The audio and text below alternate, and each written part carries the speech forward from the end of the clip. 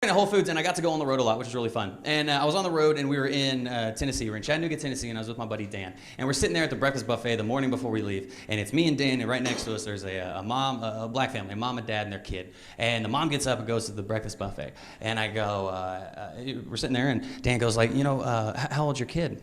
And she was like, well, he goes, how old's your son? And she was like, oh, he's 14 months. He's like, I got a 9-month of my old. He's like, it's a great age, right? She's like, yeah, it's great. She's like, oh, I'm sorry, you can get on with your day.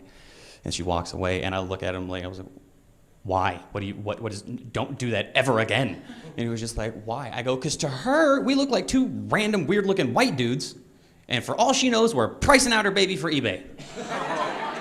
And he goes, dude, Samantha's getting to that age, and I just wanted to make sure, that, she wouldn't kind of be noisy and stuff like he was whenever she gets to that age. And I go, he goes, I just don't want her to be anything like that. And I go, well, here's the thing. No matter how good or how bad of a father you are, I guarantee you there's nothing you can do to make sure that your little girl is not a little black boy.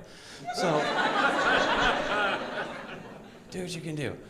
And we were driving around, and we passed. It's just the weird things that happen in this country you don't notice until you're on the road in different states. And they were in Alabama or something like that, and we passed this Shell gasoline station, and it was like, it didn't say Shell, it just had the logo, and underneath it, it said, clean restrooms.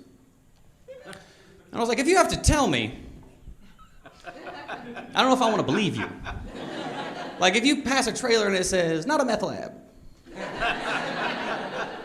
Good chance you need to call the DEA. I'm just like, it is what it is. But we were in Alabama, we went to a Chipotle for, authentic Mexican. And we're sitting there, and there's this is great. There's this guy, and he was ordering a burrito. And the lady behind the counter said, would you like white or brown rice? He goes, I'll get white rice. I go, white is better. And he goes, yeah! And I was like, that's not what I meant. I was like, that's not what I meant at all. Gee, ugh. But speaking of racism, because I was, and if you didn't know that, that's kind of scary. But I heard whenever they announced that Harriet Tubman was going to be on the 20, that 60 members of the KKK killed themselves. I heard this. It turned out not to be true, which is unfortunate.